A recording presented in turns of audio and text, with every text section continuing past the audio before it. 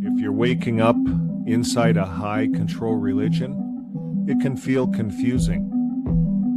Asking questions about what you were taught doesn't mean something is wrong with you.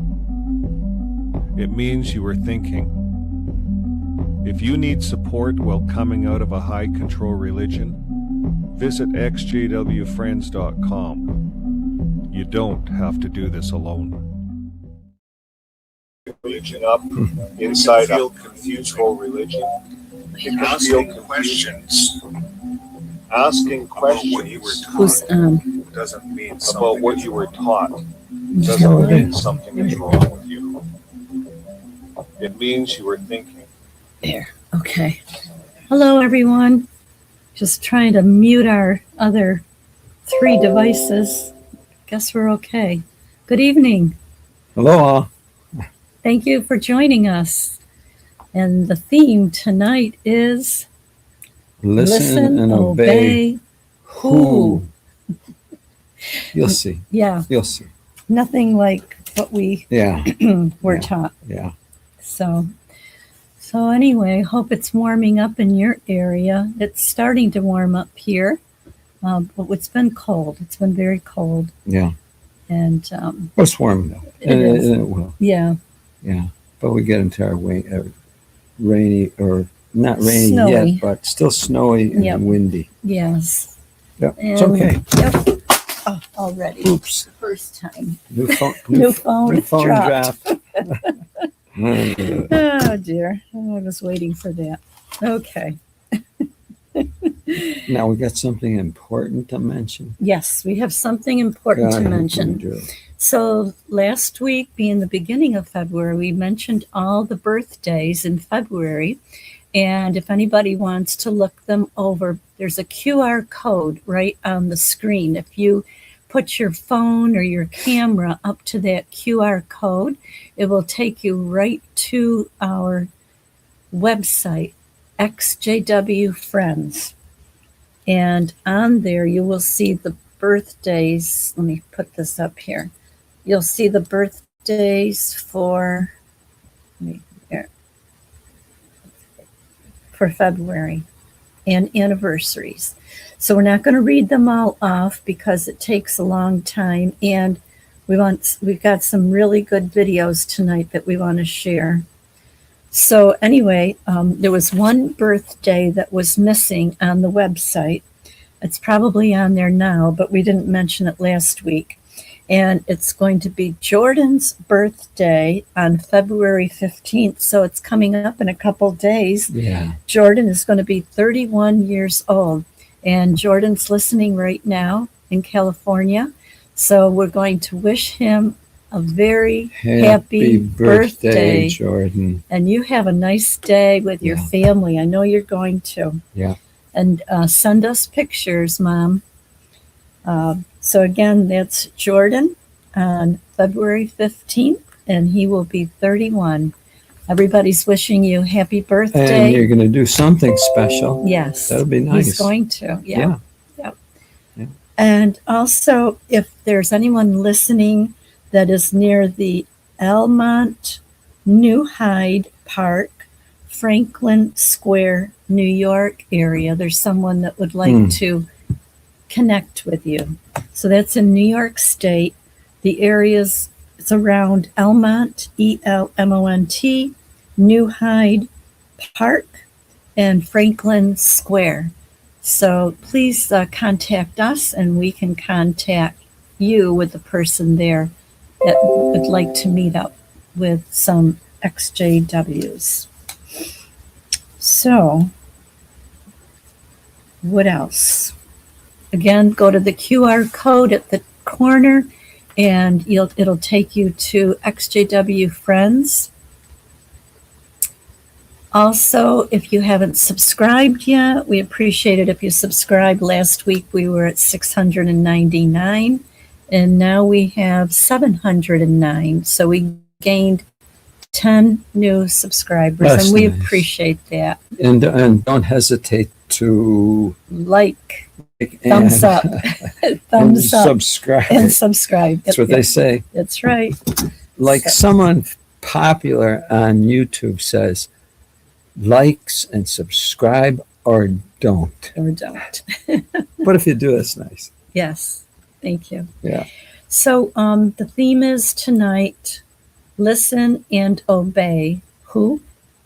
So we're going to show a couple of videos, the first one is going to be Young. Yeah, Right. listen to the whole thing. The 20 minutes. 20 minutes. Carl Jung. Really And insightful. yeah, very insightful. The name of that, and maybe if Shauna gets a chance, she can put the link in the chat.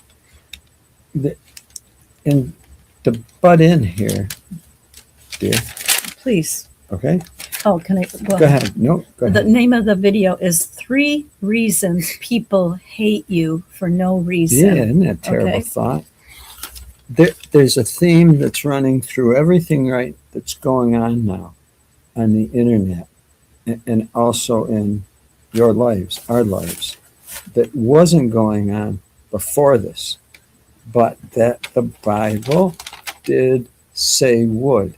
And that was talking about and there would be a time when many would rove about and the true knowledge would become abundant. Well, frankly, that's what I'm seeing. Mm-hmm. And then there's another saying that confirms why it's important, because it's the saying is that when the students are ready, the teachers appear. Mm-hmm.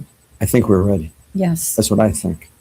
And I see a lot of teachers Yeah. out there. And And some call them prophets. well, yeah, we'll talk about that Yeah. later. Prophets. Okay. Yeah, yeah. So this is Carl Jung. 3 reasons people hate you for no reason. Okay. Anytime you're ready, Shauna. Thank you. Most people never notice when they're giving their power away. It happens in small moments, reactions, explanations, emotional access. Have you ever walked into a room and felt a cold wind, even though the windows were closed and the heaters were on? You haven't said a word. You haven't done anything wrong. You arrived on time. You wore appropriate clothes. You smiled, you were polite, and you did your work with a quiet heart. Yet you can feel it. There is a weight in the air. Someone in that room, perhaps a co-worker, a family member, or even a stranger, dislikes you. They don't just dislike your ideas, they dislike you. It is a strange, heavy feeling that sits in the pit of your stomach. It is the look that turns away too quickly when you make eye contact. It's the silence that falls like a heavy curtain when you join a conversation. It's the vibe that tells you that you are an intruder in a space where you should belong. You go home and you sit in the silence of your own house. You think. You search your memory like a detective looking for a crime.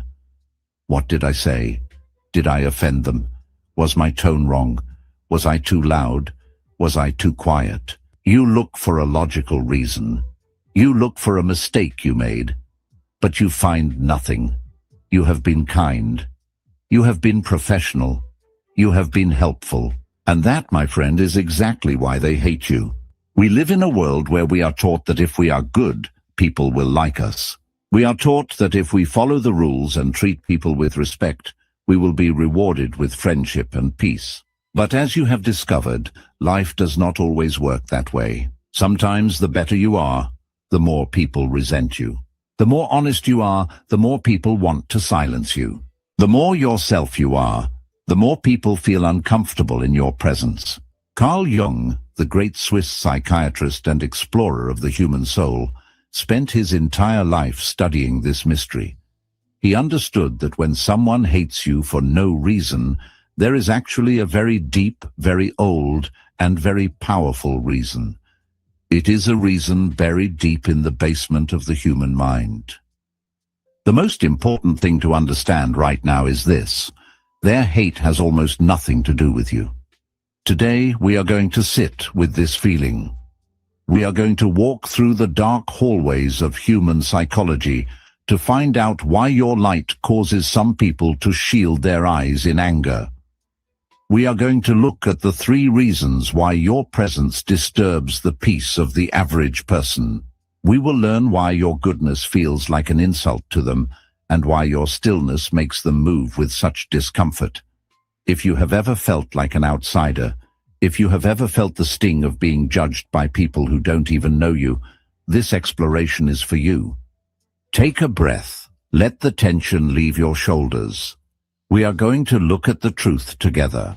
To understand why people hate you for no reason, we must understand the most famous concept Carl Jung ever gave us, the shadow.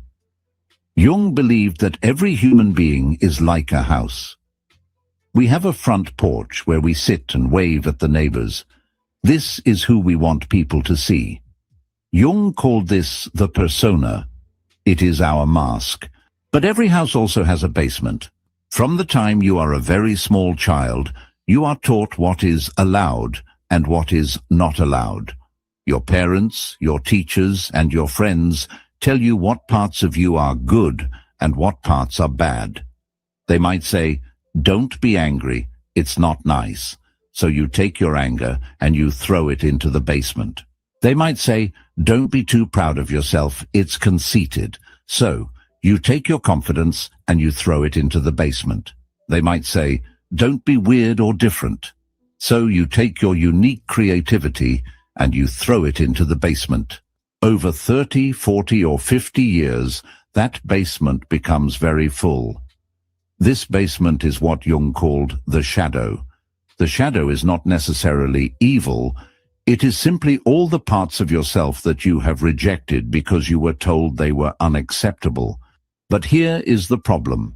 The shadow is alive. It is made of energy. It is like a ball that you are trying to hold under water. You can hold it down for a while, but your arms get tired. Eventually, the ball wants to pop up to the surface. Since most people are too afraid to look at their own shadow, because it's scary to admit we have bad parts, the mind does something very clever. It uses a trick called projection. Imagine you are a movie projector in a theater. Your shadow is the film inside the machine. But instead of looking at the film inside the machine, you point the light at a white wall. The wall is another person. You see the movie of your own hidden flaws playing on their face. When someone hates you for no reason, they are not looking at you. They are looking at the movie of their own shadow that they have projected onto you. You are just the screen. Let's look at the 3 specific reasons why this happens. Reason 1. You are a mirror for their flaws. The first reason people hate you is that you are a mirror. Think about a person who is very fake. They spend all day being nice to people they actually dislike. They smile when they are angry. They agree when they disagree. They have spent years burying their own honesty in the basement because they are afraid of conflict. Then you walk in. You are a person who speaks the truth. You are not mean, but you are honest. You say no when you mean no. When that fake person looks at you, they don't see honesty. They see a reminder of the honesty they murdered in themselves. Your presence makes them feel the weight of their own mask. It makes them feel itchy.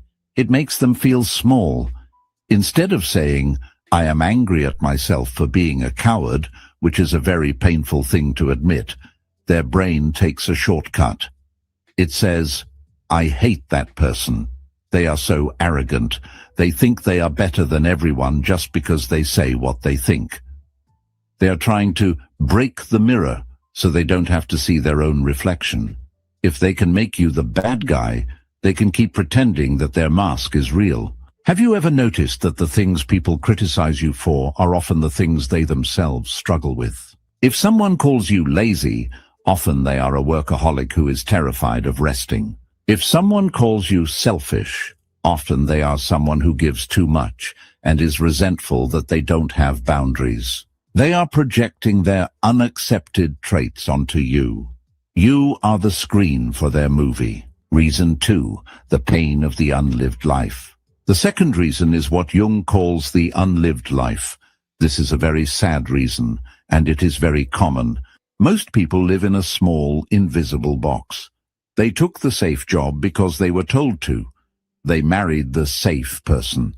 They gave up on their dream of painting or traveling or starting a business because they were afraid of what people would think. They have lived a half-life. Then they see you. Maybe you aren't rich. Maybe you aren't famous. But you have a certain spark. You are following your own path. You have a hobby you love. You have a sense of freedom. You have a light in your eyes that shows you are actually awake. To a person who has spent their whole life being a good, tired slave to a system they hate, your freedom is a personal attack. Your joy is a reminder of their sorrow. Your courage is a reminder of their fear.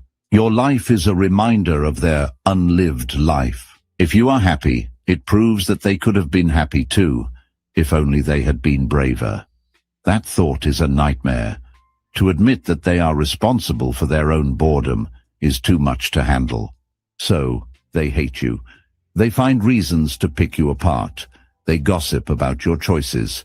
They try to find flaws in your happiness. They are trying to convince themselves that you aren't actually happy, or that you are lucky, or that you are irresponsible. They are trying to put out your fire because the light makes them realize how cold and dark their own house has become. Reason 3, the threat of integrity. The third reason is the most quiet and the most dangerous. It is your integrity. Jung noticed that most human groups, offices, families, social circles, operate on a group contract. The contract says, we will all pretend to be happy, we will all laugh at the boss's bad jokes, and we will all talk badly about anyone who isn't here. This is how people bond, through shared shadows. They bond through gossip, through complaining, and through wearing masks. If you are a person who stays centered, a person who does not join the gossip, who does not laugh at the cruel joke, and who stays true to your own values, you are a threat to the group. Why? Because you cannot be controlled. The group wants you to be in the mud with them. When you stay clean, it makes their mud look dirtier. Even if you don't say a word of judgment, your silence acts as a judgment. When you don't join the gossiper feels exposed. When you don't complain about your life, the complainer feels annoying. When you don't wear a mask, the people in masks feel like they are being watched by a judge. They hate you because they cannot pull you into the smallness of their world. They hate you because your integrity makes their lack of integrity visible. Jung once said that the individual is the enemy of the mass. When you become an individual, someone who thinks for themselves, you automatically become an enemy to those who can only think as a group. Now, we must change how you look at this. For most of your life, you have probably viewed being disliked as a failure. When you feel that someone hates you, you feel like you have a wound. You feel like you are less than. You think, if only I could be more charming. If only I could change my personality to make them comfortable. I want you to stop and listen to me very carefully. This dislike is not a sign of your failure.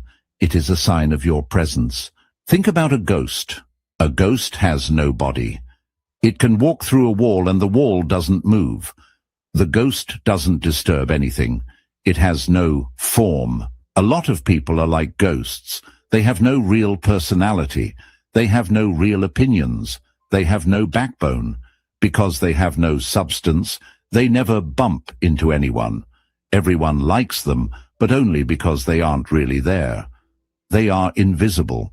But you have a body, you have a soul, you have a shape.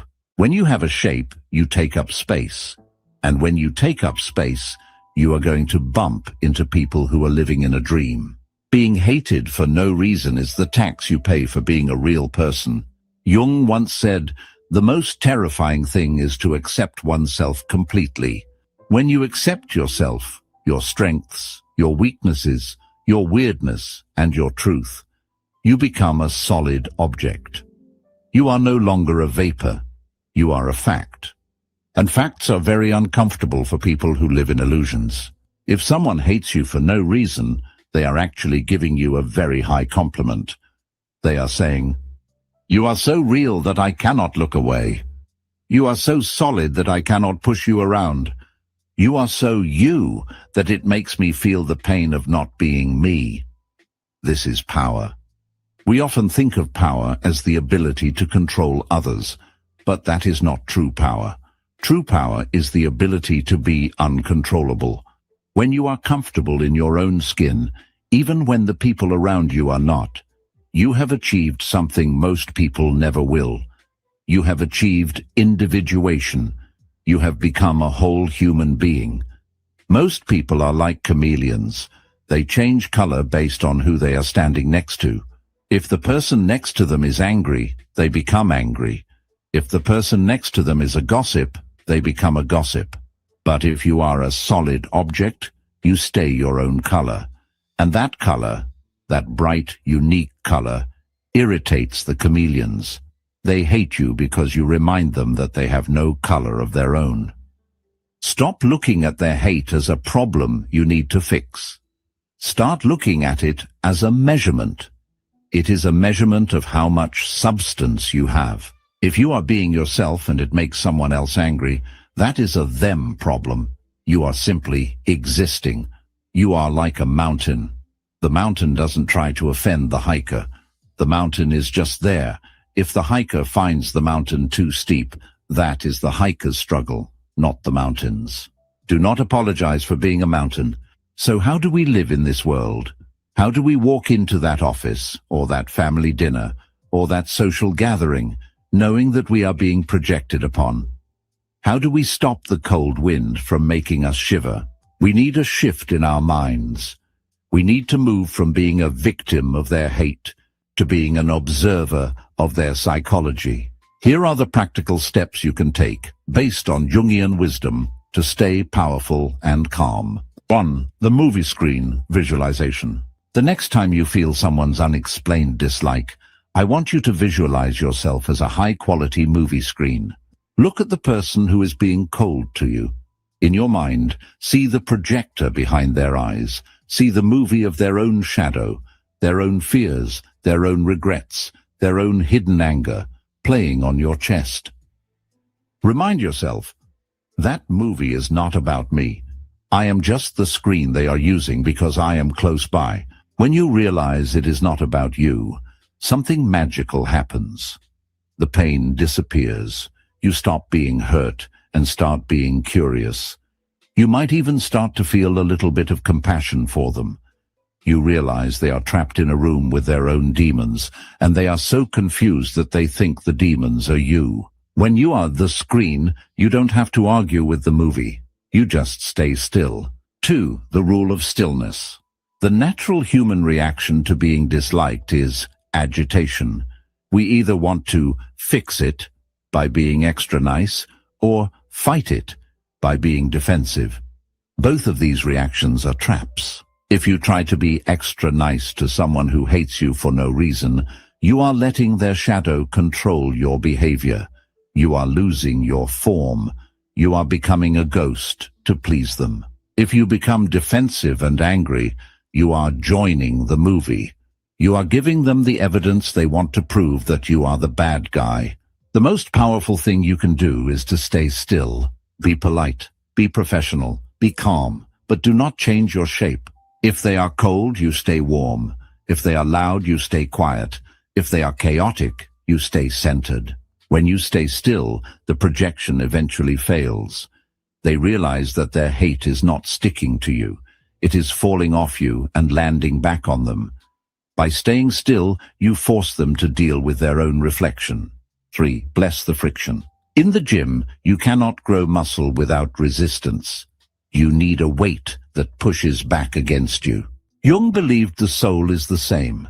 We need friction to become strong. Think of these difficult people as your spiritual gym equipment. They are providing the resistance you need to build the muscle of self-approval. Every time you walk into a room where you are disliked and you choose to be okay anyway, you're getting stronger. You are teaching your brain that you don't need the world's permission to exist. You are breaking the addiction to being liked. And that is the greatest freedom a human can have. When you can say, that person hates me, and I am still a good person, and I am still at peace. You have won. You are no longer a slave. 4. Check your own mirror. Now this is the hardest part. Jung said we must always be honest with ourselves. When you feel someone hates you, ask yourself one quiet question. Is there a tiny grain of truth in what they are projecting? Sometimes people hate us because we are too much of something, not because we are bad, but because we are unintegrated. For example, if people say you are arrogant, ask yourself, am I actually confident, or am I trying to hide my own insecurity? If you find a grain of truth, don't be ashamed, just bring it into the light. The more you know your own shadow, the less other people's projections can hurt you. When you have already looked at your own basement, nobody can scare you by telling you what's in there. Practical tip. When you feel that cold energy from someone, say this to yourself internally. This is their shadow. This is their unlived life. I am safe. I am whole. I do not need their approval to be real. Then take a deep breath. Feel your feet on the floor. Feel the weight of your body. And go back to your life. The world is full of people who are running away from themselves. They run into work. They run into screens. They run into gossip. They run into the safety of the crowd. When they see someone who has stopped running, when they see someone who is comfortable in the silence, it scares them. You do not have to apologize for being real. You do not have to shrink so that others can feel big. You do not have to dim your light so that their eyes don't hurt. Carl Jung once wrote a very beautiful thing. He said, I would rather be whole than good. To be good is to follow the rules and wear the mask. To be whole is to accept all of yourself, the light and the dark, and to stand firmly in your own truth. If people hate you because you are whole, let them. Their hate is not a wall, it is just a shadow. And a shadow cannot stop a person who is walking toward the light. The weight you feel in the room, it isn't your burden. It never was. It is their burden. Leave it with them. Walk away with a quiet heart. Be still. And remember, you are not the movie. You are the one watching it. Be at peace. Fabulous. Thank you, Shauna. So much there.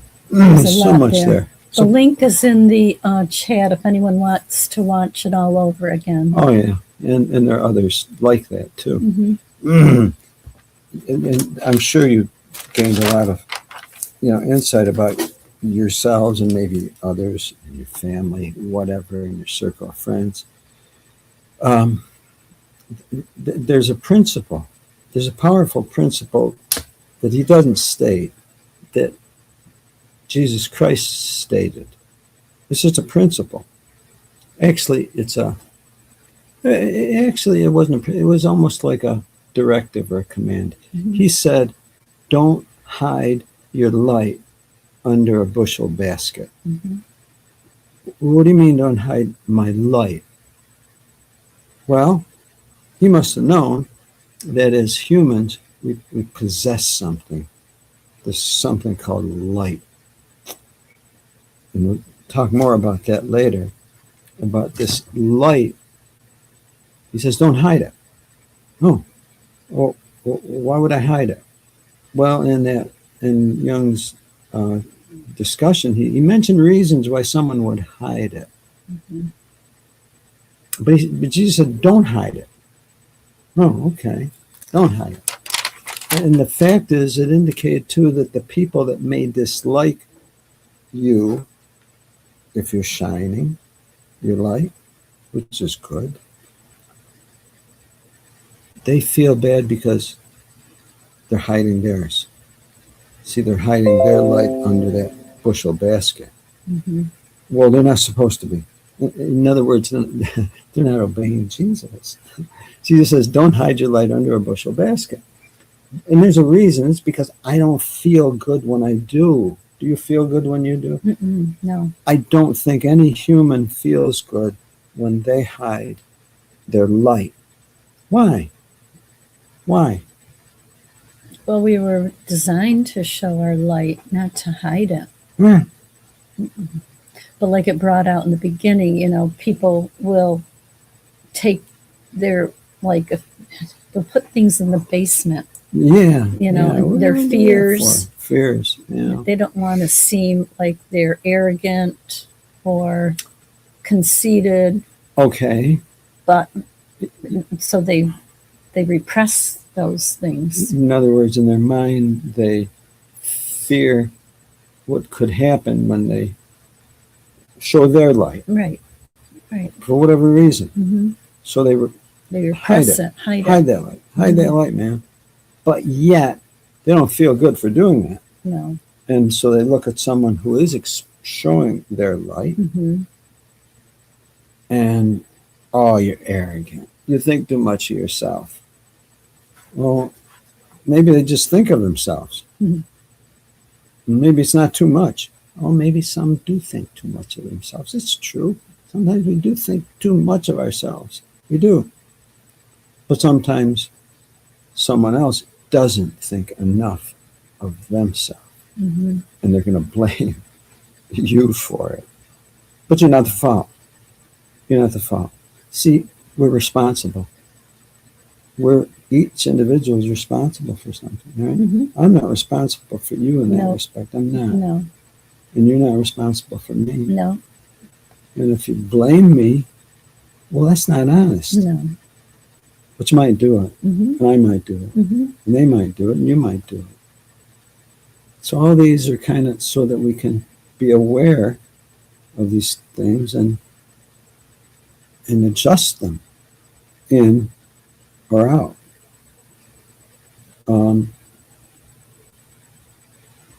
There's so many things in there that he mentioned. Yeah, one thing I liked, he said, you are a reminder of their unlived life. Yeah. Maybe we're happy, we're doing things, we're moving forward, and someone sees that. It's like jealousy. And, and then they end up taking it out on you because they're not being their authentic self. Maybe they could have used it for inspiration. Right. It could be inspiring them. Mm-hmm. Man, what I see that person doing, it shows me the way. It energizes me to do the same. Mm-hmm. Well, see, that's reasonable. We're here to do that with each other. Yeah. Do you look for inspiration? You need it. I do. Mm-hmm. I look for it. We need it. Yeah. Otherwise, I might restrain myself from wanting to show my light for whatever reason. But yet I won't feel good about it. Mm-hmm. Oh man. And we're that way. That's why Jesus himself said, don't hide your light under a bushel. Why? It wouldn't make any difference for him. It's not going to hurt him any of this. He wouldn't. I don't think he was saying that because he says, you hurt me when you do it. No, I think it's because he knows that we hurt ourselves. Mm-hmm. In other words, this is interesting. If someone could lay a command on you and say, do this or else. The other way it could be given is do this so that you can achieve something that you'll feel good about. Do this. Oh, well, he's telling me what to do. Okay. Maybe you're going to tell someone what to do because it's going to be clear as a bell that they'll feel much better if they do this. You know that. And that's where, that thing about obeying. Well, who do you obey? You're going to obey whatever directs us to do something that's good for us. And who gets the one to determine that? We do. You. Yep. You. Yep. Yeah. You. Listen to yourself. Mm-hmm. Someone says something, okay, I heard you. You know what? You're right. Or, nah, I'm not listening to you. No, I won't. It's up to you. Mm-hmm. Totally up to you. And that's where, again, I'm going to bring in another one of these interesting things that Jesus said. He said, the kingdom is in your midst. Mm-hmm. In other words, it's in you, baby. Your kingdom is there. It's your kingdom. It's within you. It's not outside. And a kingdom has authority. It's got power, and has stature. But only if it exercises that authority and acts with that authority and within that authority. Because we don't have unlimited, right? Right.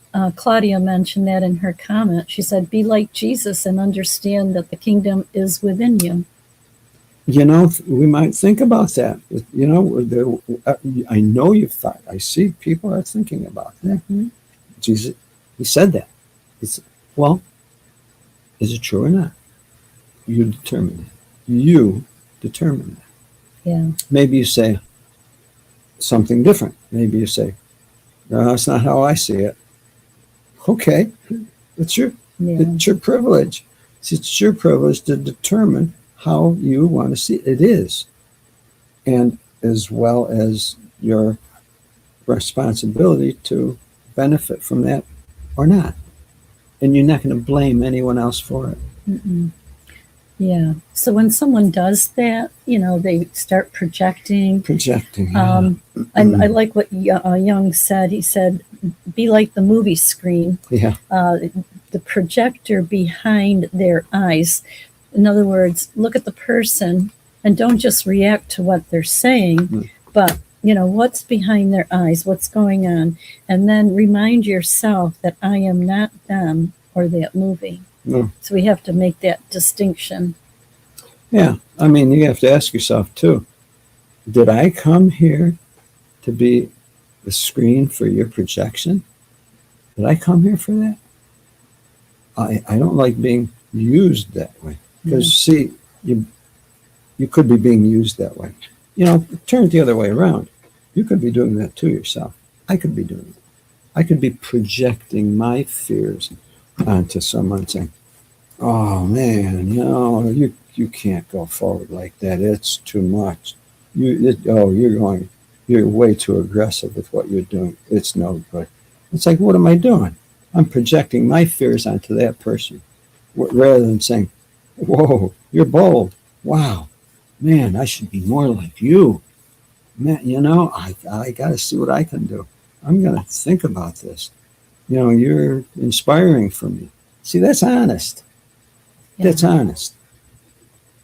And we have the choice either to be honest or not. Right. In other words, truthful to ourselves or not truthful to ourselves. Because the saying could be said, if we're not truthful with ourselves, someone could look and say, you can't handle the truth, can you? Or maybe you don't want to handle the truth. I'm scared. Or no, I'm lazy. No, I'm dishonest. Think about that. These are situations that we and ourselves, we have every right in the world to direct ourselves according to that. We do. Not, you can't lay it all on someone and say, well, they're going to tell me everything what to do. All I have to do is listen. Be blessed. Obey. Listen, obey, and be blessed. I mixed it up. And be scammed. Listen, obey, and be scammed and be used. And we don't like that. You don't like that. We don't like that. We're not here for that. Because then, see, we're proving to ourselves that well, there's no kingdom in me, so I can't act like there is. I have to act like a good-for-nothing slave. And that master said he would give me everything that I would like. Huh. No, you're being used. See, in other words, that's, as humans, that's not the place for us. As humans, because we have a kingdom within us, We have authority because we possess a light of specialness. We're not here to be slaves. But we could convince ourselves, man, it'll be easier that way. I don't like exercising authority over myself. I don't like thinking. I think I can get a better deal. These guys told me I'd get a better deal with them. I'm going to go with them. All I have to do is listen, obey, and be blessed. Yeah, and I'll get everything I'm looking for. Oh, and I'll never admit otherwise. If I find out differently, I'll never admit it. Someone says be scammed. Yeah. How many people? They say you can't. There's this famous movie called The Flim Flam Man. Look it up sometime. Great movie. In it, it stated, the main character stated, you can't scam an honest man. Because they know. They're not looking for something greater than what they possess or work for. They're not. When they see the flim flam man, the person who's doing shuffling and gambling, setting a gambling situation up for you, they're taking advantage of your desire to be greedy, to get something. It's not yours. Oh, he's got a stack of cash. I want that stack of cash. What would you do to earn it? It's not yours, is it? Does he owe it to you? No, but I think I can get it. Good. That's exactly what he wants you to think, because he knows you're not gonna. And so it hits us at a weak spot, because we're simply not living up to that. Well, that light that's within us, the light that says, "Oh, I don't think so, man. No, if what I see, no, it's not mine. No." There's so many things, situations like that where we need to exercise that presence, like Young was talking about. Can I interrupt? Please do. We want to thank June Ennis for the £2 she donated, and she just made it. So thank you, June. That's English, British. English, Okay. £2. Thank you. Not $2, £2. Thank you. Yes, thank you very much. You want to go on to the next, then we can talk about that with Chase, or are you still Yes, and talking? I do want to go on, but I want to bring in, just emphasize one theme Okay. that we brought up before.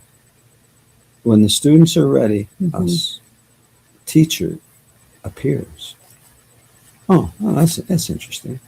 Why didn't the teacher come in when the student's not ready? Because they won't listen. Because he's looking at the students and saying, they're not going to listen. I can talk all day. They're not going to listen. I'm not going to waste my breath. But he knows. You can tell. They will be ready. And when they're ready, then I will. And frankly, that's exactly what we're seeing right now. The teachers have appeared. And when I say the teachers, I'm talking about the ones on the internet. Like Young, which goes back, he's a dead guy now, but all his teachings are there. But they're out there in abundance in front of us. They're placed in front of us. You know why? Because we're ready. We're ready. And that brings back to what you know to be prophets in the Bible. See, two things about the prophets back then.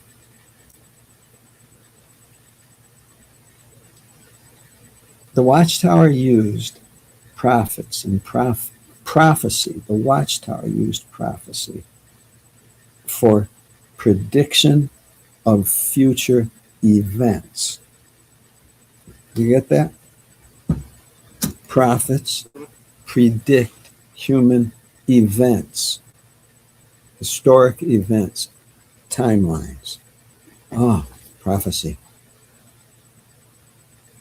But in the Bible itself, prophets, and think about this, were ones that came speaking higher thoughts, wherever it came from, higher thoughts, to who?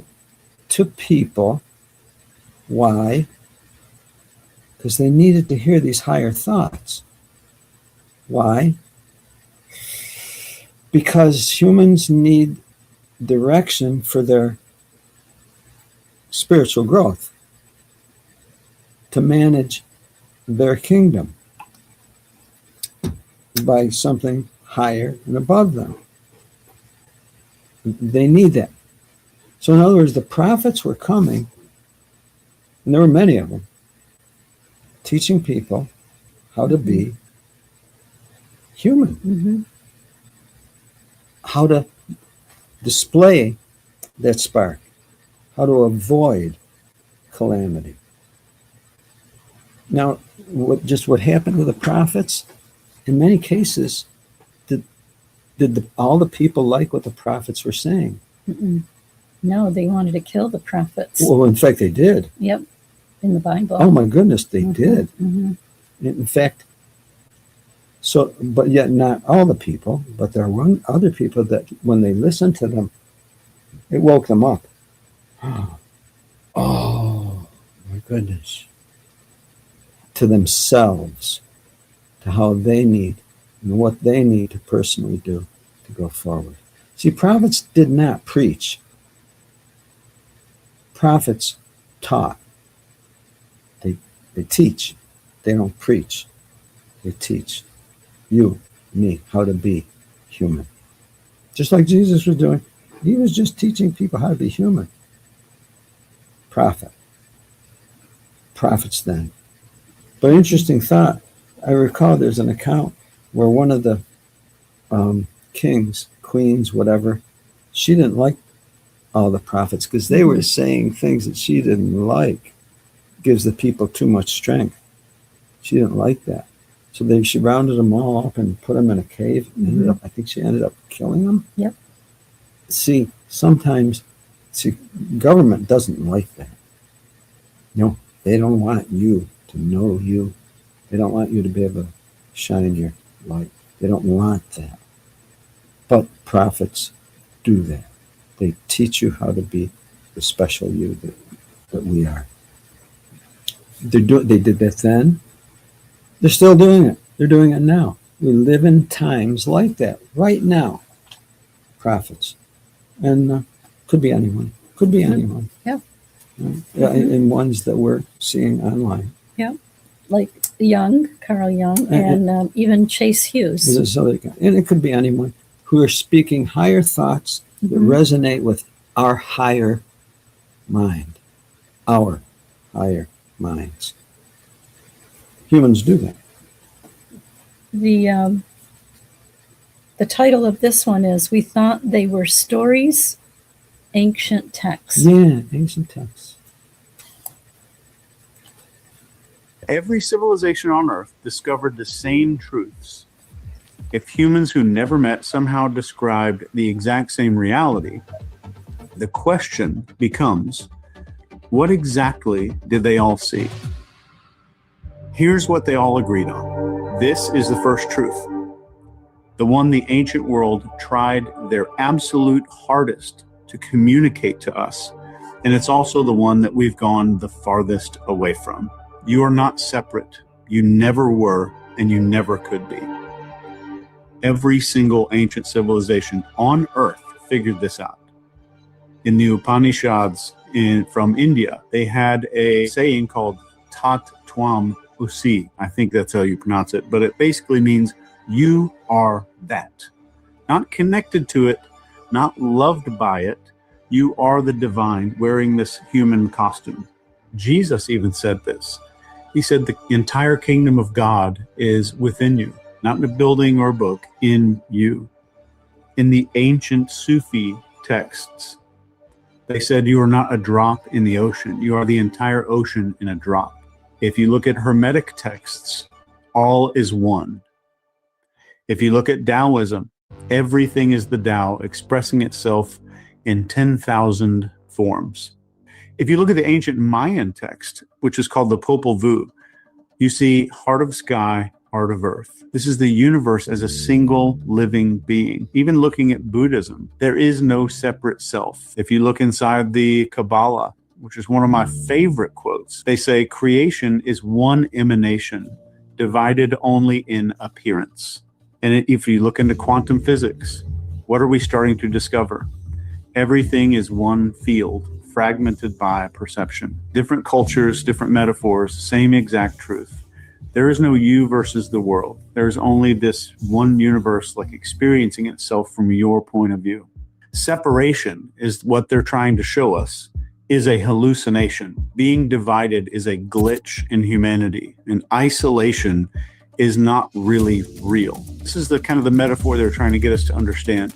When a wave rises up out of the ocean, it looks separate. It has its own little shape, it has its own motion, its own lifespan, but the wave is not actually a thing. It's the ocean, just for a few seconds, expressing itself in a temporary form. When you were born, that was the ocean rising. When you die, the wave goes back into itself. You never stopped being the ocean, you just forgot for a minute. And when every ancient text says things like one spirit, one God and Father of all, as above, so below, you are that. The kingdom is within, all is mind, everything is the Tao. They're all trying to point at the same thing. You are the universe, aware of itself. You are the divine, looking out through human eyes temporarily. You are not the world. The world is in you. And here's the super raw part that they didn't say outright. Every mystic hinted at this. If you aren't separate, then your entire life, your entire identity, your whole entire worldview might just be built on a misunderstanding. And that misunderstanding is what makes most of us suffer. Because the moment that you believe that you're separate, you start fearing loss and death and rejection and scarcity. And we start chasing significance and validation and control. We start defending our little ego like it's sacred. But the moment that we remember what we actually are, the fear goes away. Conflict all dissolves. Loneliness goes away. Death changes meaning entirely. And life becomes something that we can finally understand. A single field of consciousness, somehow playing out as billions of expressions, trying to remember itself. This is why truth number one sits at the foundation of everything else. Because if we are not separate from each other, and if you're not separate from the universe, then what comes next is the operating system of reality. Number two, fear is an illusion and love is the truth. So if the first truth is that you're not separate, the second truth is the one that keeps shaping your entire life without you realizing it. Fear is the greatest lie ever told. Love is the only thing that's real. Every ancient text, it doesn't matter the culture, it doesn't matter what language, repeats the same idea so many times it's almost suspicious. The most repeated phrase in the entire Bible is fear not, or do not be afraid. A quote from Jesus says, perfect love casts out fear. We hear the Buddha say, hatred does not cease by hatred. By love alone is hatred healed. In the Bhagavad Gita, we read, the path of devotion, love, leads to liberation. The path of ignorance, fear, leads to suffering. The Tao Te Ching, we see courage comes from love. Paralysis comes from fear. In the Dhammapada, we read the mind is everything, meaning that fear starts in the mind and not the world itself. In ancient Sufi wisdom, we specifically see from Rumi, your job is not to seek for love, but to find and remove the barriers you built against it. How beautiful is that? All these civilizations that never spoke a single word to each other somehow arrived at the same conclusion about reality. Fear is an illusion that keeps us asleep, and love is the frequency or the thing that wakes us up. Fear shrinks self, and love expands the self. Fear breeds ego, and love dissolves it. Fear isolates you, and love reminds you who the hell you actually are. Fear makes you chase approval, validation, and money and control. It makes us compare ourselves to everybody else. Fear makes us live like something is missing. Love, in the ancient sense, isn't romantic. What they mean is oneness. It's alignment. It's essentially the recognition that we're made of the same stuff, the same light or the same source, whatever you want to call it. That's why fear feels bad, because it's biologically incompatible with what you actually are. Every mistake you've ever made, every relationship that blew up, every regret you carry, every time you sabotage your own potential, it's all fear. Every spiritual leader across time was basically saying, you're suffering because you're believing a lie. The moment that you drop fear, you don't just all of a sudden find love. You're not finding love. You're returning to it. It's your default state. That's why we're born with it. Is the only real thing underneath all the noise is just that. But all the ancients didn't stop there. They all said the same thing next. Something that modern science is finally catching up to. And if love is real and fear is an illusion, then who's creating the illusion? Your mind, which leads us to truth number 3. Your mind is not a camera. It is a projector. So your brain doesn't record reality. It generates reality. I'm talking about the most ancient spiritual teaching on earth. And it's the most modern scientific discovery at the same time. But let's go back. If you look at the Dhammapada, we see what you think you become. If you look at the Hermetic texts, the all is mind. In the Hindu Vedanta, we see Maya. The world you perceive is shaped by the mind's illusions. And then back to the Upanishads again. The universe arises from consciousness. That's pretty straightforward. And even looking back at Plato, he says reality is the moving image of eternity. And the translation for that would be the mind shapes what you perceive.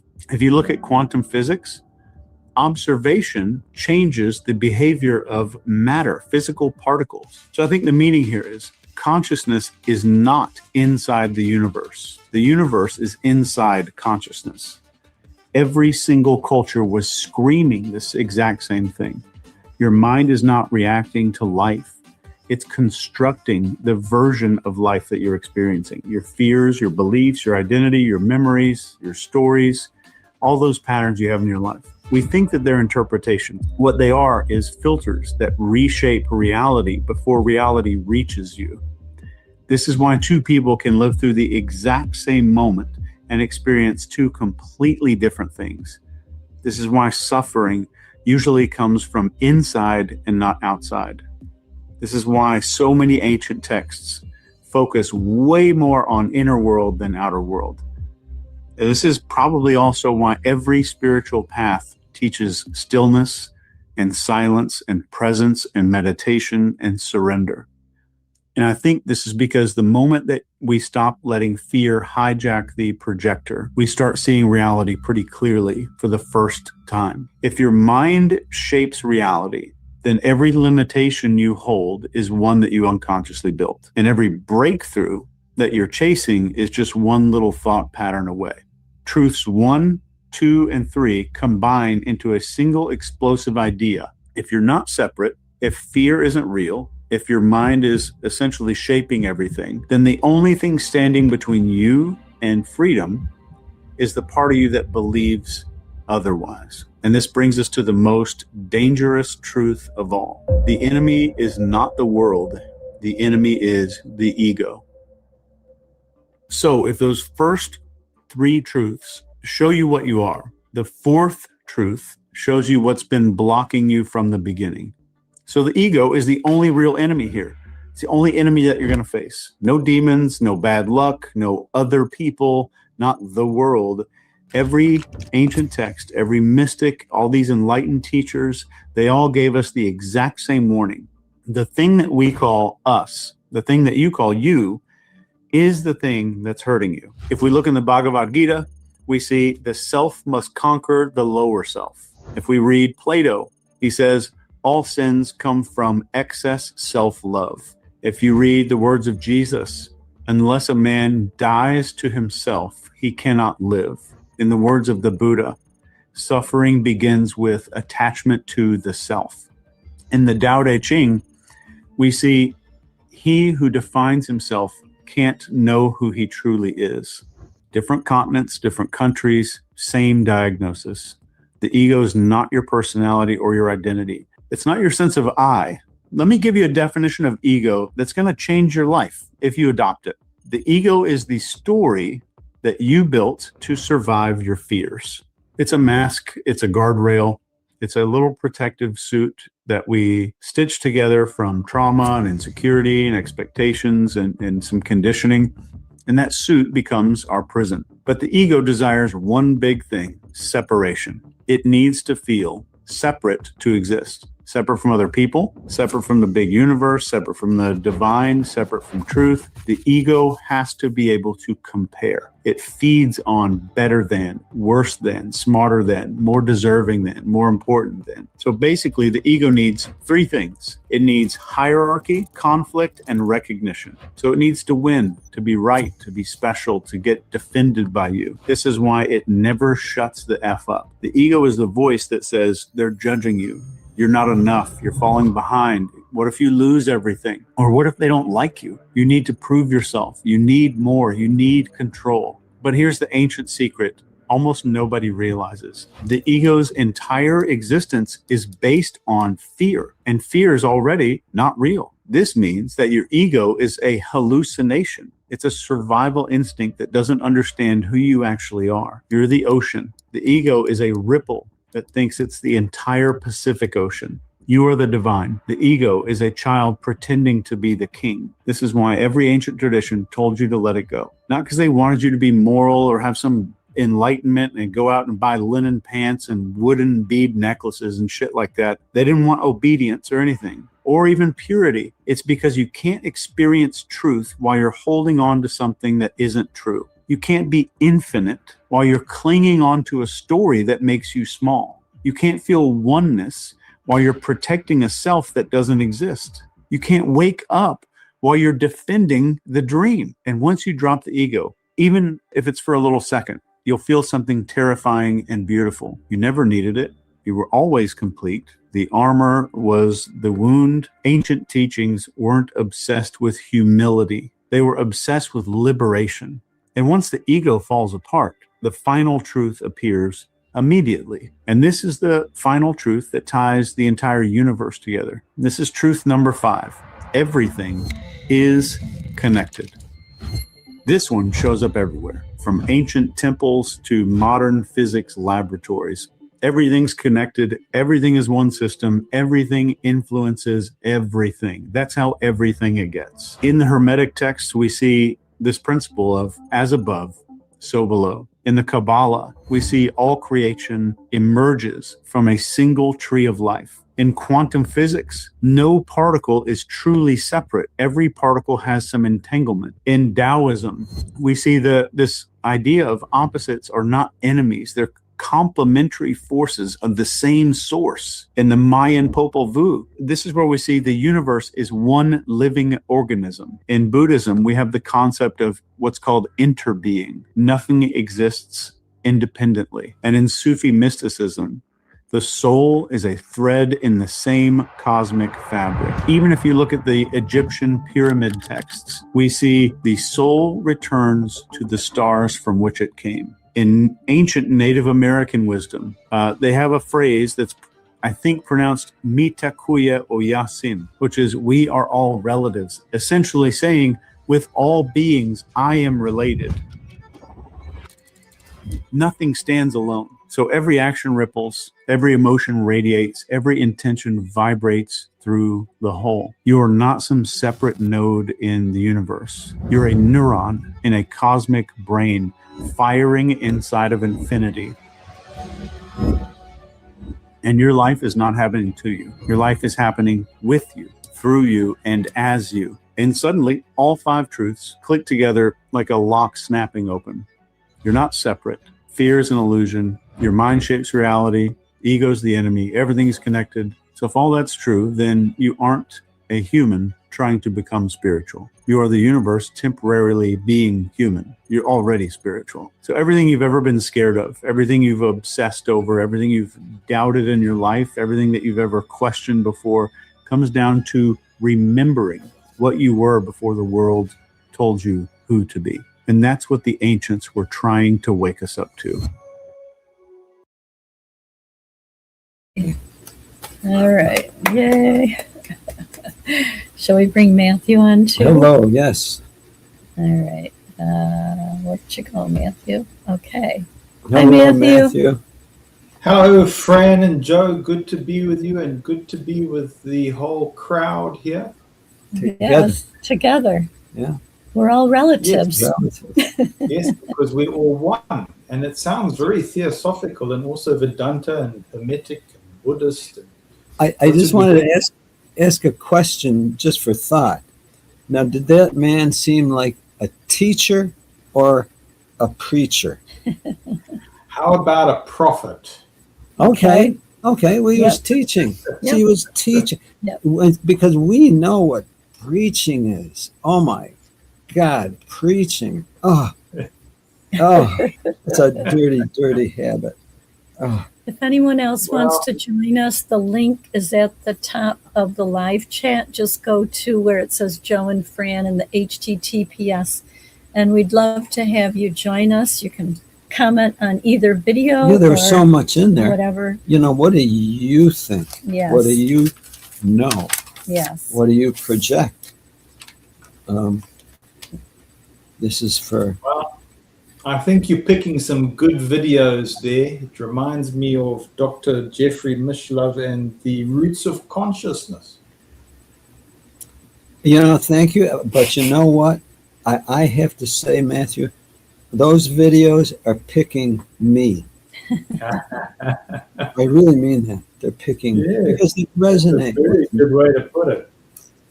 They do. I mean, just like we listen to a teacher because we want to.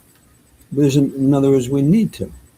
And honestly, they're out there because we need it. And just to show the synchronicity, we were watching this maybe an hour before the program, and I sent it to Shauna.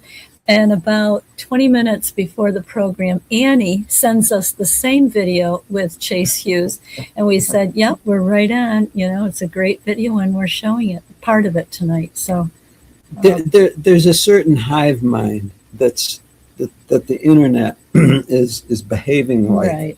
And honestly, I think it's a healthy hive mind, whereby it's helping people learn about themselves. I really do. There's Annie. And I think now is the time. Welcome, Annie. Yeah. Good evening, all. Good evening. Great video. Yes, I enjoyed both of them. I had listened to both of them previously. One with Chase Hughes is really deep. I can't say I gleaned everything out of it, but listen. Yeah. I think I think you'd have to listen to that several times. But I might not agree with everything he says, but boy, he still makes some good points. It's okay. Why should you? You know, why should you? Right. But the one of Carl Jung, oh my goodness, I could resonate with that whole thing. So many times I have felt like I was disliked, and I never could figure out why. And I would do the, what did I say wrong? You know, did I act wrong? Did I look wrong? Self-analyzing and self-criticizing. Yeah. But now that I'm older and I began to realize the problem wasn't with me. It's just that I stood out as being different from other people because of my own thought processes and how I process things in general. And yeah, it makes people uncomfortable when you're not part of the group, especially as witnesses. If you're not part of the group think, that's the problem. So I think that was a lot of it. Here's where the healthy end of that is, I think. Among people that do that, if they seek inspiration from each other rather than threat, they grow. Everyone grows.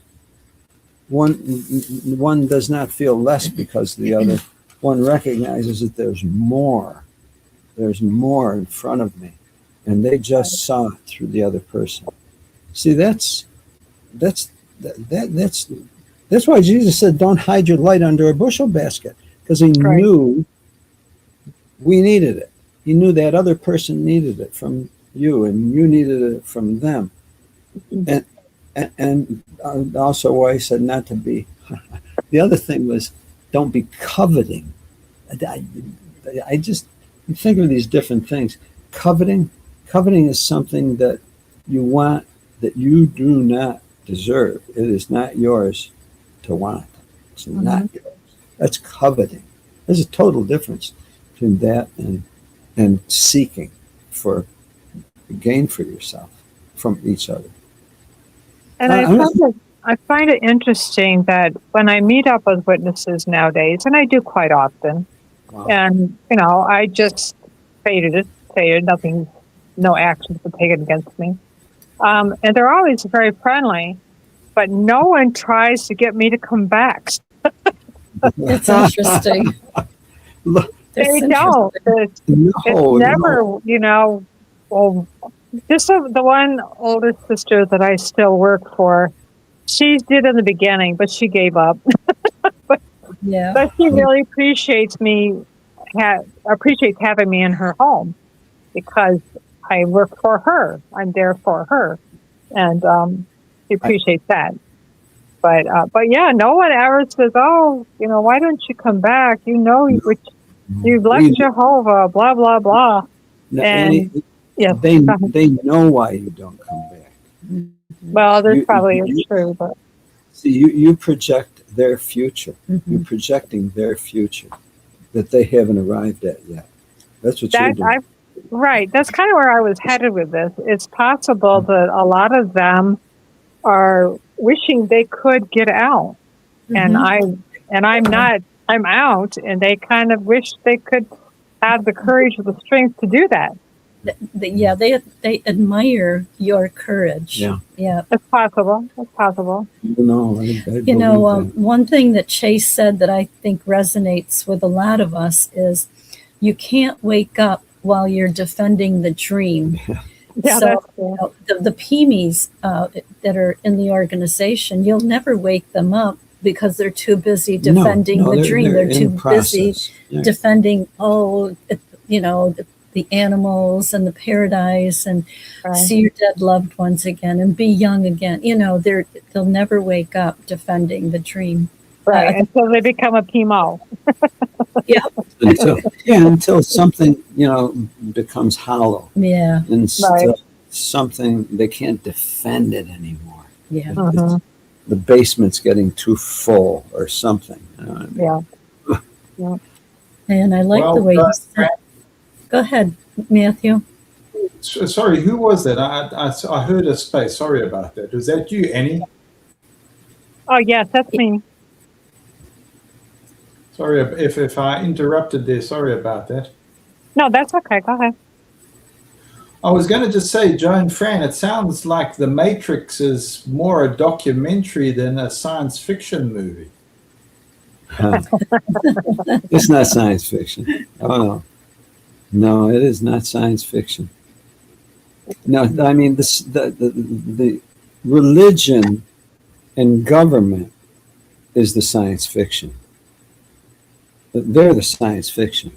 Right. Yep. The world, which they warn people about, that's the documentary.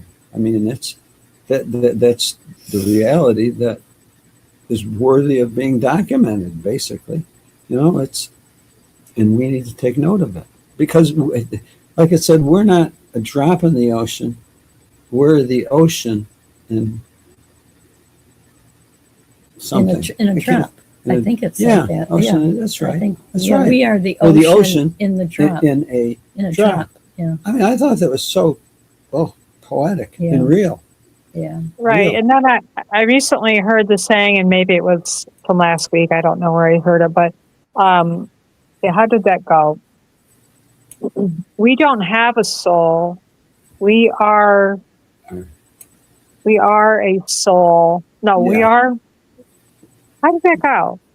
I think he said it. Tricky to say it. He said it similar. Yeah, I heard it a little bit differently though. But no, I'm sorry. I'm not remembering it You correctly. mean you think and feel like I think we share a common soul. We're individuals, but we share a common. Because he said we're all togetherness. He said love is Oneness, alignment, alignment, and and connection. connection. Yeah, what I was thinking of was we don't have a soul. We are a soul living in a physical body. Oh yeah, Yeah. I like that one too. yeah. You hear some people refer to it as the avatar, our avatar.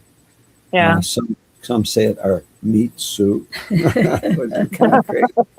But you know, it's not us. The us is the something that is that kingdom part with authority and spark of light. Right. And all this, I mean, all this information is flooding out of the internet now. It's flooding out of the internet. And I really like the, sorry. I really like when they quoted, and he's not the first one to do so, Jesus, when he said, the kingdom is within you. Yeah. And we know the explanation that Watchtower gave for that. They did backflips trying to make it sound differently. But he spoke the truth. The kingdom is within us. Yeah. And like, and even, I mean, Jesus was a prophet. I mean, he was such a wonderful prophet. And I'm beginning to understand. Sorry, Joe. I'm going to say this. I'm going to be quiet. I'm beginning to understand more and more why you say that a prophet taught us how to be human. Yeah, I'm beginning to understand that more and more. Oh, well, I am too, to be honest with you, and I truly appreciate it because these prophets are we always had prophets. And that Zhang, the professor, the Chinese professor, he likes and promotes the classics, like the Iliad, the Odyssey, Homer,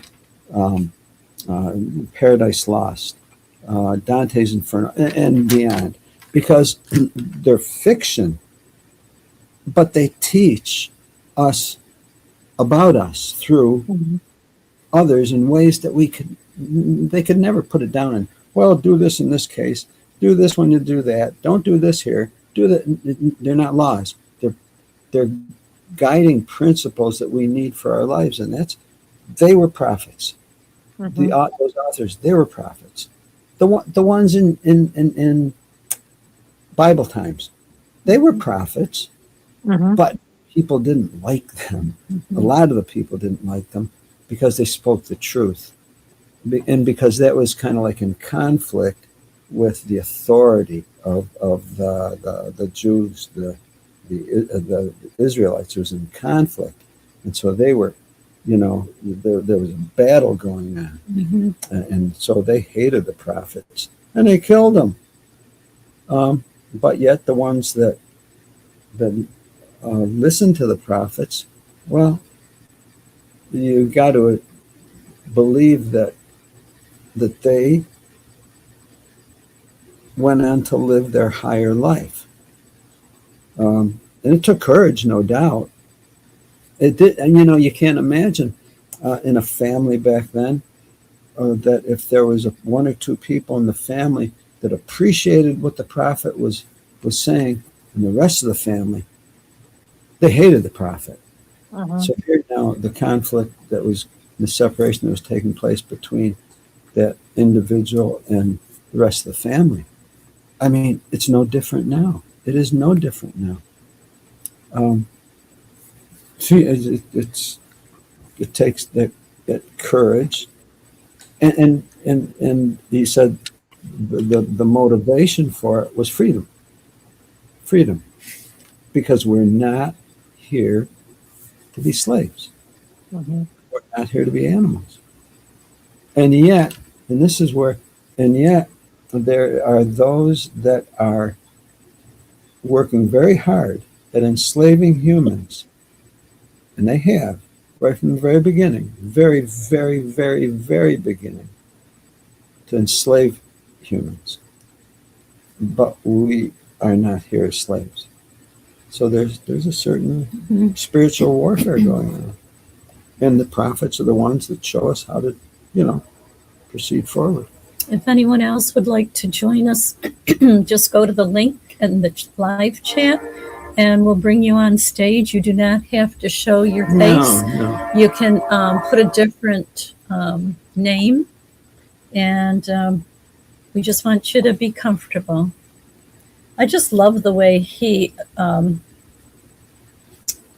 what's the word, between love and fear. He said fear is an illusion and love is the truth and frequency that wakes us up. Oh, how many times in the Bible it says fear not? Fear not. Yeah. Fear not. Yeah. Isn't that beautiful? I thought that was, well, why shouldn't I fear? Well, because if you project love, Mhm. it will overcome it. Right. That's why. And that's your light that you Yeah. possess. Use it. Yeah. In other words, this is something, the operator has to be the one to control it. We're the operators. We're not automatons. Mhm. We're not controlled like robots. We're not. We need to be the king of our kingdom that's Yeah. within us. And I think that's resonating now with so many people. Mhm. Well, this is kind of like a separate subject, but it's not. There are many people leaving many big religions, Mhm. many. Yeah. There are many people leaving Christianity for reasons that they clearly explain. Leaving Catholicism, leaving this. Now, of course, there are some heading back into it. That's true. There are. But there are ones, massive numbers that were staunch that are waking up.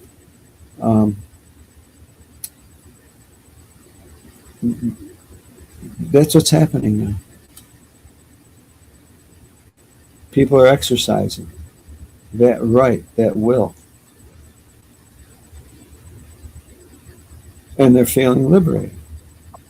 You'd think if those things were so special that, well, people would be extolling the virtues of it. It would, in Norway would be commending Watchtower for being such a healthy influence on its people. But Norway said, boy, you guys are rough on your people. We don't want to keep paying you for it. Right. I think, Joe, when people are leaving Orthodox religion now, I think maybe they're looking for spirituality because they are joining groups of people. Oh, who are, yeah. Yes. I mean, I think they're spiritually starved, and they're beginning to realize that. And they want to be fed spiritually somewhere, so they're grouping together in groups. Yeah. And forming their finding. I guess I should say finding their spirituality. I think they're spiritually starved. I think someone. Hi, June from the UK. I think you have two of your devices going. You just want to turn off YouTube, and now you're on StreamYard. Yeah. Just be on StreamYard and not off you. Sorry, it took me absolutely ages to work it out. I'm a bit dense. Go ahead, June. I'm sorry. Okay, sorry. It took me absolutely ages to work out how to get on.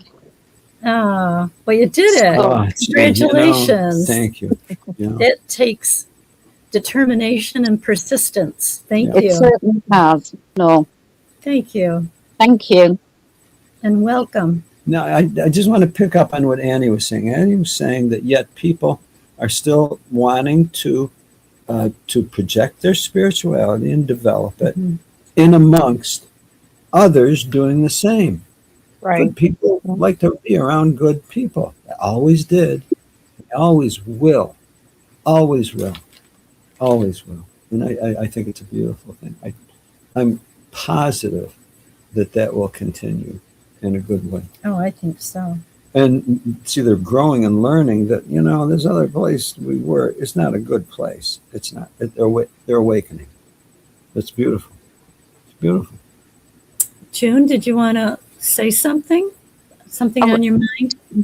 I was just going to say, I actually really enjoyed your introduction, but also what that gentleman was just saying in that video, because it is so true. It's actually who we are inside, and the fact that we follow, and we don't do it because we feel we have to. We just want to act like Christ Jesus, because he showed love and compassion to all kinds of different people. He wasn't judgmental, apart from with the Pharisees, obviously. No, he was a pretty cool guy that people liked, and his principles just work. The principles work, and that light. Yeah, they were the exact representation of his Father and our Father. So by us copying that, we are shown who we are, and it's something far deeper than. It's just incredible. It's nothing like we were ever told. That's right. That's right. Well, it's like sleeping is nothing at all like being awake. It just isn't. Sleeping is, you just cannot do things while you're sleeping that you can do when you're awake. You can't control. We were designed. I believe we were designed to be awake. Definitely. And projecting light. Appreciate you coming on and everyone's comments. We do that. I had to take those bowls out I didn't knock them over. They'll make so much noise. I've got to share an exercise. It's like a thought exercise. It's even something you could actually do with a group of people. Well, tell them how you did it. Okay, well, this was in... You were at Albany. Yeah, this was in college. School, yeah, college. And it was one of the courses, and it was a group class. And one of the exercises was, if there were 12 people, 13, 14 people, a portion of them would be secretly told that the other person's backs are itchy. They itch. You can be the ones that proceed to scratch their itch. Just a portion of them were told that secretly. So they're in that group, and they've got this assignment, basically, or this desire. I've got to scratch someone's back because they itch, and I can relieve that itch. So they proceed to to open it up, and so different ones start doing that. And maybe the person's surprised, well, what are you doing? Just scratching your back. I hope you don't mind, whatever. And others are doing it. And so others see that. And they realize, oh, maybe the one whose back's being scratched, they get the idea. Hey, I can scratch someone else's back. And if it goes right, if everybody's, friendly there and not too weird or too scared or whatever, it ends up everybody scratching another person's back. everybody's back gets scratched. And it ends up in Like it's in a circle. Yeah. Yep. Is that where the phrase "you scratch my back, I'll scratch yours" comes from? There you go. Well, yeah, and it's one of those experiences where you realize that what you do can make a difference, Right. Yes. and that others can learn that and appreciate that. Mm-hmm. Gives And a connection. And it unifies. It just unifies people. Mm-hmm. And that's where that you come to realize, man alive, we're like the Indians said, we're all related. We're all together on this. We're all the same. Everyone who wants to eat. Everyone wants to eat. Who wants to be warm? Everyone wants to be warm. Who needs love? Everybody needs love. Who needs to show it? Everybody. Mm-hmm. And this is where I think Young was talking about that there are things that interfere with that. Yeah. Well, the ego. The ego. Mm-hmm. The person that wants to elevate. Where'd that come from? You know what I mean? And this is where, again, the prophets come and they say, look, guys, here's a better way. As humans, here's what you can do. It's a good thing. Here's the example. And he's a living example. The prophet becomes that living example of it. Humans need that. And I'm thankful. I'm very thankful. I'm very thankful that there are ones like that. I really am. Me too. So, Joe, you mentioned non-weirdness, and obviously that it implies consent, isn't it? But I think if I've got it right, correct me here, but it's a group that you're describing where a few people, quietly help others with small discomforts, not because they were told to, but because they noticed, and then others see the effect and choose to do the same. Yeah. And if trust holds, care becomes reciprocal. So it's not that I fix you or I merge. It's just that I notice you and I respond appropriately. And it's not coerced and No. it's not imposed. It's not secretive. It's voluntary. It's visible. And it becomes a healthy community. Am I in the right direction? I find myself when I see things like that, and we place ourselves around people where that happens. And at that point I say, that's the kind of world I want to live in. So if that's the case, I guess I've got to do my part. I got to do my part.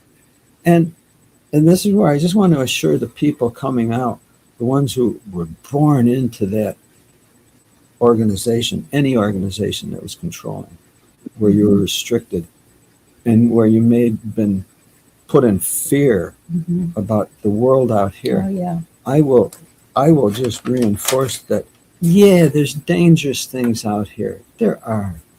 And you need to be aware of that. But there's others like you that are out here that are looking for ones like each other. They're looking for each other. Why? Because they need each other. And they desire the good from each other. They're there. And frankly, and I will say this, the people that we've connected with us, and then when I watch you all connecting together, it's like, holy smokes, there it is. There it is. You're proving it. Yeah. You are proving it to me. And frankly, that's the kind of world I want to live in. And I truly appreciate And you as all. a matter of fact, Matthew, the person that we connected with you is very happy to have made that connection. So we appreciate you doing that. We've been corresponding, and they had a day off. I don't think it's top secret or anything like that, but they've been writing and using their time off to just connect a bit more, and you facilitated that. So there's been some back scratching that's been done in a respectful way with non-weirdness. Non-weirdness. I like that. Live a little and be weird.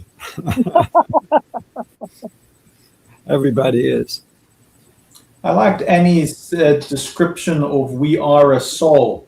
I think sometimes the words we can struggle with them, but I was getting it and I was appreciating it. But I was just trying to think about how to frame it a bit more, because we don't escape from responsibility. But I was enjoying thoughts as Annie was speaking of, just pure being, presence and awareness, and the expression of becoming form, being while becoming, So not a dissociated cosmic blob or anything like this, but not something that's trapped by ego either. It's just, for want of a better description, and I'm sure some could frame it a lot simply, I would say it's consciousness situated. Yeah. Well, that's where I think, was it Young or Chase mentioned something about just be present. Mm-hmm. In other words, not silent. judgmental, Right. not hanging back, doing the silent thing or judgment, but just, it's okay, I'm here, I'm present, I see it. That's it. No big deal. Without upward to some sort of hierarchy. Right. Yeah. I think that's the biggest thing that a lot have to overcome. And this is where judging. And this is where, you think about, wait a minute, now don't we all have to make judgments and you have to judge this or that? Is this a good place to be? Is it good? The judge that I think Jesus was talking about when he said, stop judging, was the judge that metes out punishment. In other words, judging condemnation. In other words, the judge who condemns and then metes out punishment. That's judgment. As opposed to being discerning, discriminating, Right. sensitive. Yeah. Because it's like, hey, that person, man, that person did some bad stuff. It's like, I'm no judge. Maybe someone else says, yeah, and he should be blah, blah, blah. See, they just became judge. And they met out the punishment. Jesus says, stop judging. Stop. Because the extent that you judge, you're going to be judged that way. Yeah, So you better stop. Yeah. To be honest, when you look at the situation of Manasseh and how he was, and all the evil things that he did, and yet our Father saw something more in his heart. So if somebody like that can change, obviously you've got to be very careful around people like that, but it just shows we cannot judge an individual's heart. Yes, we would protect ourselves. Right. We wouldn't put ourselves in danger, but we wouldn't throw judgment down on that person, because we don't know why they've done what they've done, what has gone on in their life. We just don't know. No, that's Right. it. So being non-judgmental doesn't mean all accepting, because Exactly. right, there are times when you really should go no contact. Now, I'm not talking about shunning and being cruel, but because you have to make judgment calls every day. And sometimes you meet people that for your own good, you don't want to be embracing them and bringing them into your life. Right. You certainly would not be cruel or unkind or wish bad on them. Exactly. But that's a judgment call. But that has nothing to do with judging their worth as a human being and whether they deserve life in the future. Right. That's something entirely different. That's it. Yeah. That's it.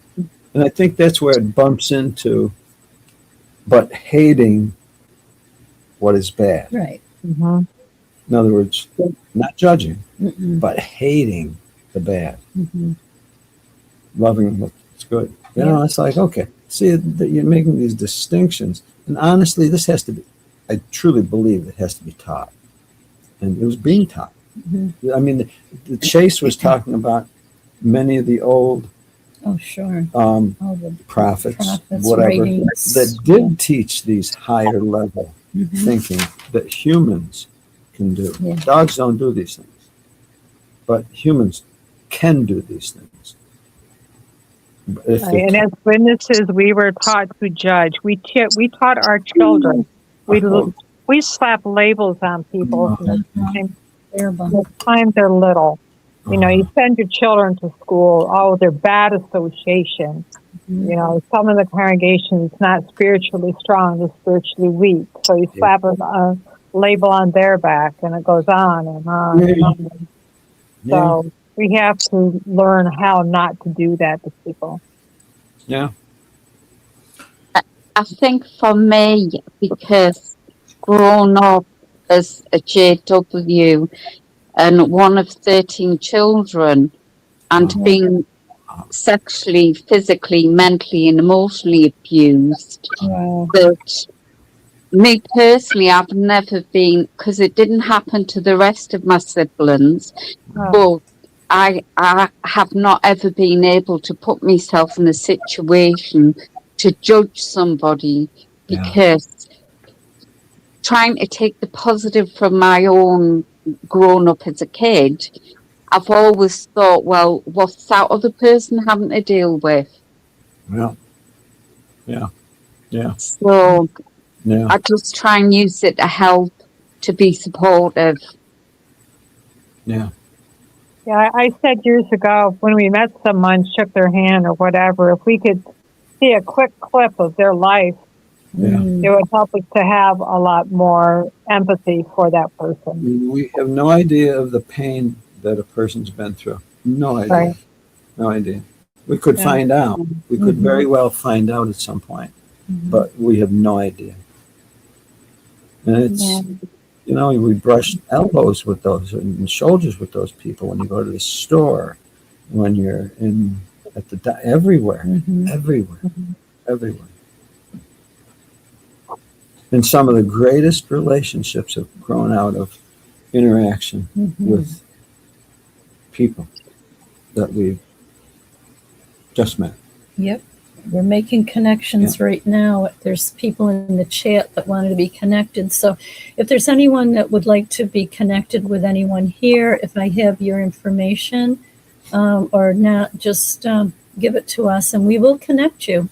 This isn't the only place where you can, you know, chat with each other. Oh my goodness. You can call each other on the phone, or like Matthew is emailing back and forth. You know, it's just with the technology the way it is now.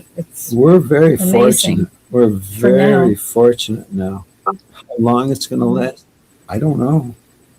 Don't know. But speaking of technology, Joe and I got new phones. We got this great deal. New phones. Great deal. And boy, we had to work for them. Oh boy, I tell you, yesterday we were on the phone at least 4 hours trying to get. Oh, they messed up. They gave me a temporary number. I didn't have a phone since yesterday till about 12:30 this afternoon. And I'll tell you, you miss it. The only thing I didn't miss was getting all the spam calls. Oh, we got them all. It was like really quiet. It was peaceful. No calls coming in.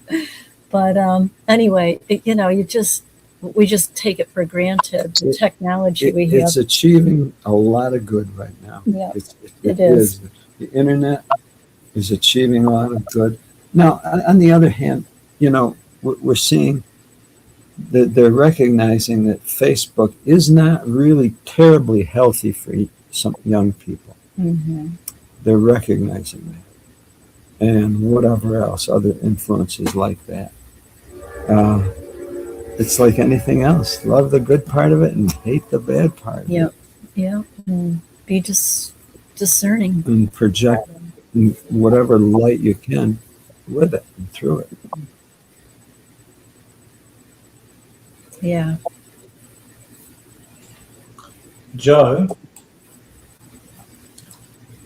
Yes, man. am I coming through? Yes. Okay. So, Joe, I was just thinking about this. We were alluding to this interconnectivity, or this being one with everything, and you were referring to the prophets. And I was just thinking, a lot of persons, they have a fear about this. They go, oh, but if you leave the religion, what's going to ground you? What's going to keep you moral? What's going to keep you ethical? That's the fear. There's a fear there. I hear it very, very often.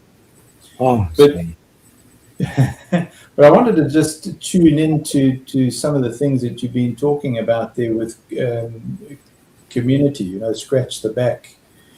And I was just thinking, a quiet guardrail is just to keep it sane and embodied, is that, as we become, more aware of this interconnected concept, in all of these different eclectic spiritual viewpoints. It doesn't actually mean that we escape responsibility. It actually means that we increase it. Oh my goodness. Oh, yeah. Oh yeah. Well, that's what Chase was bringing out.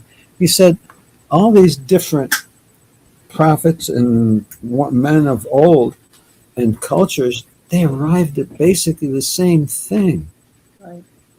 They were connected and without language, but yet with principles that connected with each other. And you come to realize, and like the Indians say, and I think it was the American Indians, says, we're all relatives. Mm-hmm. Yeah. We're all relatives, all humans. Simple. We're all relatives. Interesting, I have to say. Someone on the phone, I think this was for health insurance or a survey or whatever. She said, the girl asked, and your race? And I paused. Human. I've used that myself since you told me that. I've used it too. Yeah. And she laughed. Yeah. She got it. It's like human. You know what I mean? Does it matter? Right. We're all one. We're all one. That was another phrase that Chase used. Yeah. We're all one. So if you behave like one, you will be as one. Right. If you behave as separate ones, you will end up hurting each other. Yeah. I've got one thing that I always reacted to, and this was in the Bible. This was Genesis 3:15, and that's, from what I heard, is the first prophecy. First prophecy. Yep. And this is what really got me.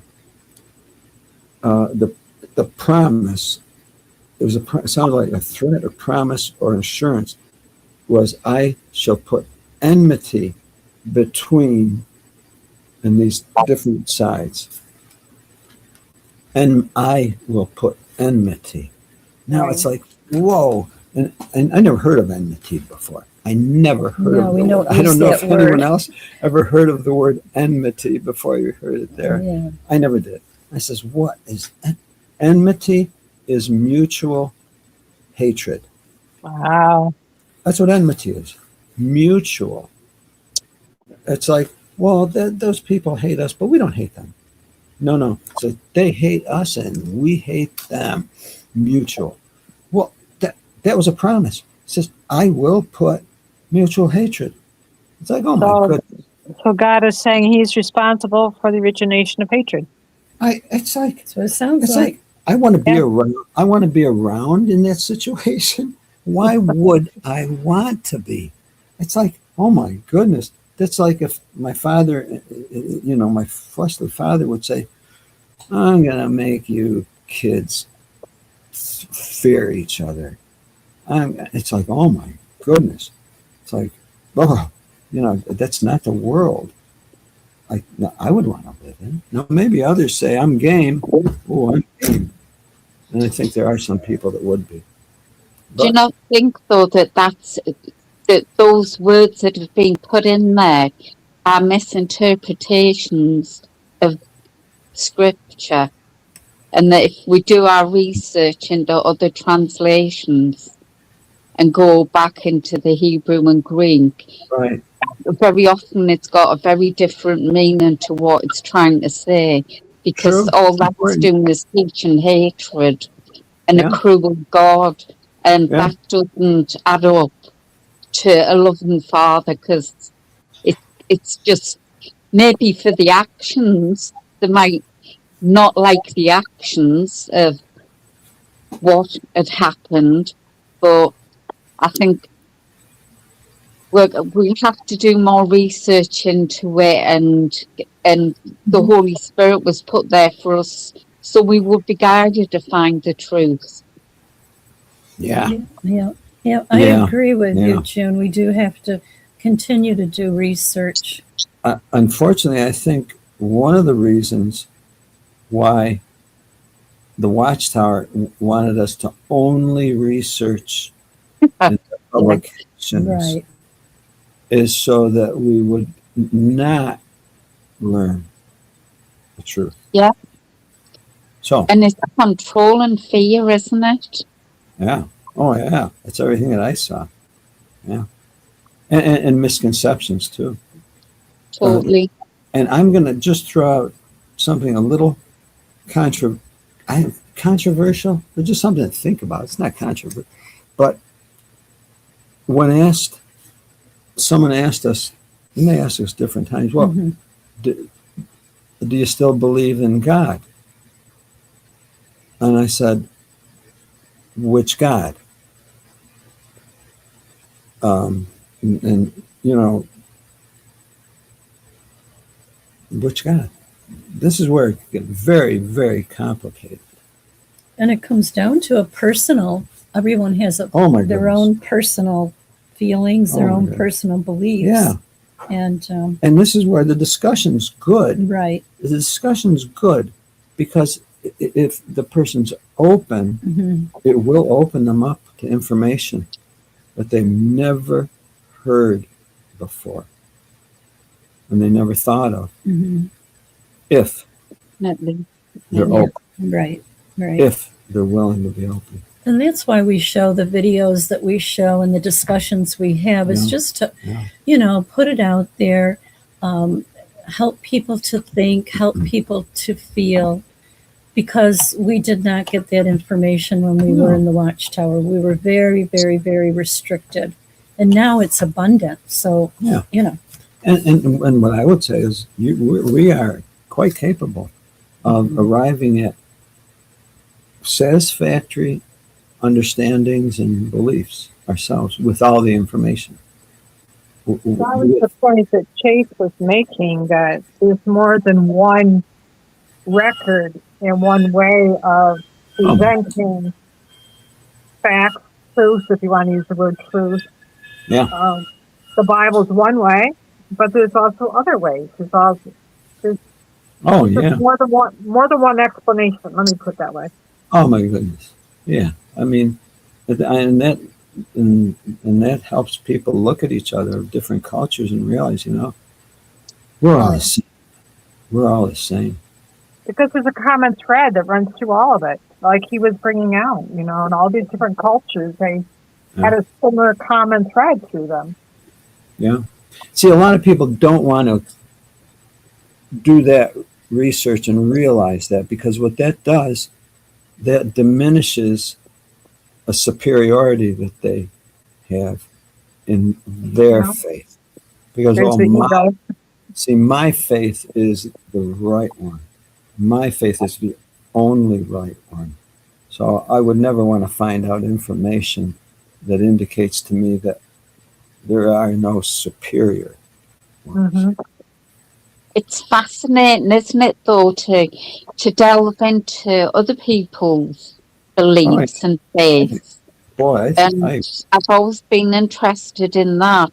I remember when I was pioneering, and like we were told, just get what you need to say to them. In fact, even when you were a publisher, but it was, and I used to think you can't just be telling people. They have a right to express their own beliefs and feelings. We've rocked up to their door. We need to respect them. Yeah. And people are amazing. Anyway, I'm sorry, I'm going to have to go. My phone's going to die. It's nearly 2:00. I'm glad you made it. Glad you did it. And we know you're 5 or 6 hours Yeah. ahead of Oh, us. my So goodness. It's, Yeah. Well, it's almost 2:00 in the morning, and I didn't get any sleep the night before. I was up all night. But Right here. I wanted to get on because it really gives me a lift. I'm so glad you did. Yes, Something thank us you. a lift when Yes, you do we it. love it Yeah. when new people come on. And Yeah. join us anytime. Thank you. Okay, well, take care and love you all. Bye. Love you too. Love you Bye too. now. Bye now. Bye. Bye. Bye. Amazing. Yeah, that's Wow. Oh, we beautiful. got to see June for a split second there. What was that, I missed that Matthew? meeting. Well, we got to see June for a little moment there. Oh, I missed it. I missed Yeah, that. Oh, yeah, oh, that's nice. yes. Boy, 6 hours.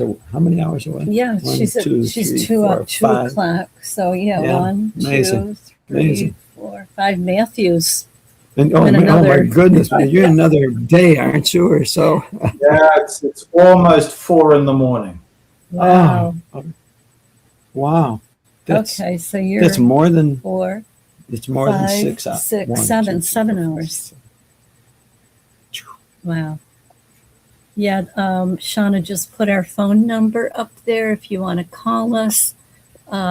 Just remember we're Eastern Standard Time, so it's 9 o'clock. We still have a little bit of time to talk to anyone. Yeah. And I think we'll close. Yeah, but too, and we were talking Oh, about yes, this. please. I'm sorry. If you go on Joe and Fran on YouTube, Yeah. you'll see all the videos out there, and Okay, so I just put the Chase Yeah. video in our post. So if you go on the Joe and Fran Garino, I'll either put it in post or playlist or both if I can. they'll- That way you can watch them at your leisure, when you're yeah, Good for you'll you. have access to the information that we get too. So we're not hiding it. No. So if it's easier for you to get it all in one place like that, Yeah. and share what you want, see it fine too. Yeah. And remember to subscribe. Our subscribers, we really appreciate you And subscribing thank you for those that donated. and donated and the likes. Yeah.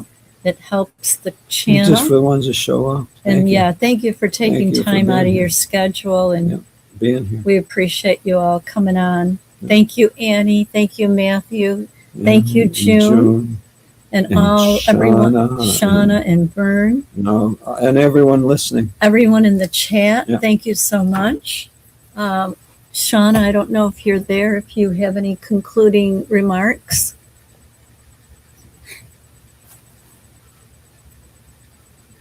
Hey, it was a great show, you guys. Thank you for being here again and hosting us all. And thank you to the moderators managing that chat for me tonight. Really appreciate it. Yes, thank you. Wildwell did mention that there are some changes upcoming to Discord, but you're still welcome to join us on Discord and we'll help everybody through them as soon as we understand them. It's a great place to hang out. I'll put the link in the chat hereafter. So thank you guys. Thank Yes. you. Thank you, Shauna. Thank you, Vern. And we always want to remember there is no substitute to keep living our lives with love. No And- substitute. And that's a quote from Vern.